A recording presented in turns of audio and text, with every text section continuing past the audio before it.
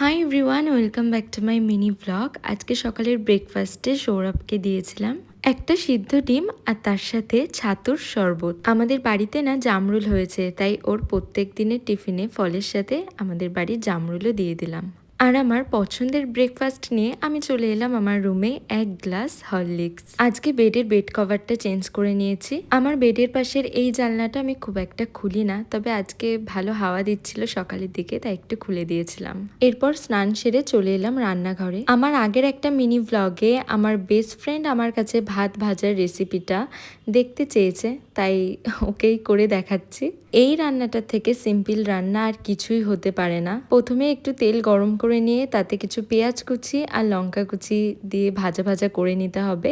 পেঁয়াজ আর লঙ্কাটা একটু ভাজা হয়ে গেলে তার মধ্যে ডিমটাকে দিয়ে ঝুরি ঝুরি করে ভেজে নিতে হবে পরিমাণ মতো লবণ আর হলুদ দিয়ে। আর ভাতটা আগেই করে নিতে হবে। এরপর ভাতটার সাথে ডিম, পেঁয়াজ, লঙ্কা একসাথে মিশিয়ে নিতে হবে। আমি যেহেতু লবণটা একটু বেশি খাই, তাই পরে আবার লবণ দিয়েছিলাম। চটজলদি ফেভারিট খাবার হলো আমার কাছে এই ভাত ভাজা, দারুণ লাগে আমার। এরপর দুপুরের লাঞ্চ কমপ্লিট করে আমি আর সোনাই মিলে বানালাম আম পোড়ার শরবত, তাও আবার বাড়ির গাছের আম দিয়ে। দুপুরের দিকে এই আম পোড়ার শরবতটা খেয়ে যা স্বস্তি পেয়েছি আর কি বলবো। আজকের জন্য ব্লগটা এটুকুই, বাই।